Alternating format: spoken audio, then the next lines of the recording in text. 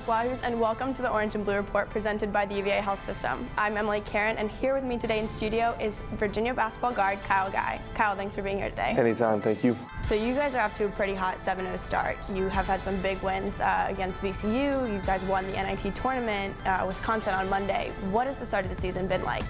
It's been really good for us.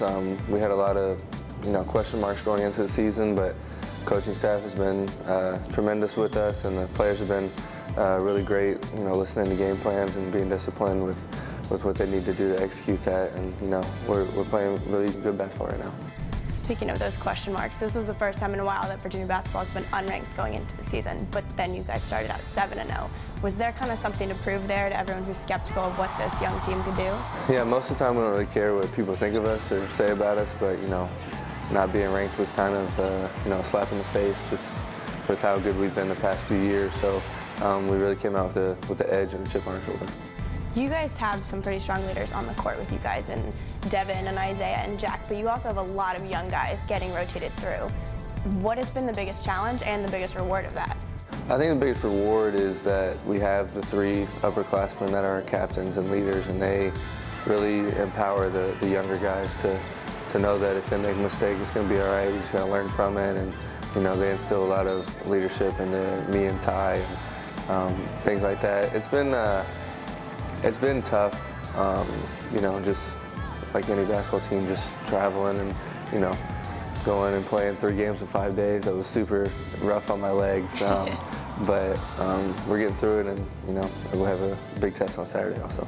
Now, you mentioned 3 games in 5 days being tough on your legs. What did you do this offseason to prepare for that kind of additional pressure and stress on your body? Yeah, I mean, the team's been, we conditioned all summer in the offseason and preseason, and we're in the weight room, just getting stronger and quicker.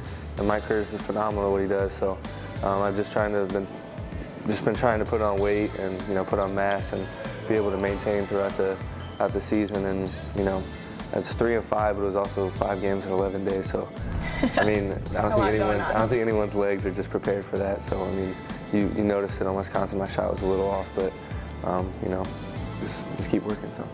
You mentioned you and Ty getting a lot more leadership. You guys have also had a lot more playing time this year and a lot more responsibility on the court and off, it seems. What has been your focus to tackle that and to take on that larger role? Yeah, just trusting each other and knowing that the upperclassmen and underclassmen trust me and Ty. The coaches have put a lot of trust in us two in the backcourt, and they've told me to be super aggressive and Ty to be aggressive too and be a playmaker. So us two trusting each other is very, very important, along with the coaching staff and players. Of course. And you especially have had a phenomenal season so far. I mean, I know we're only 7 games in, but you've posted double-digit numbers in all of our games so far but one, posting a career-best 29 points at VCU, which I'm sure is not an easy place to play. What is your goal for the rest of the season?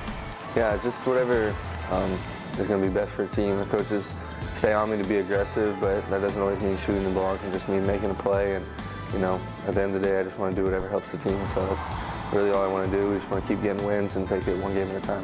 You guys can catch Kyle and the rest of the Virginia men's basketball team as they take on Lehigh in JPJ on Saturday. And Orange and Blue will be back tomorrow with Jeff White and Dave Kane for a conversation on a more in-depth analysis of the upcoming basketball games.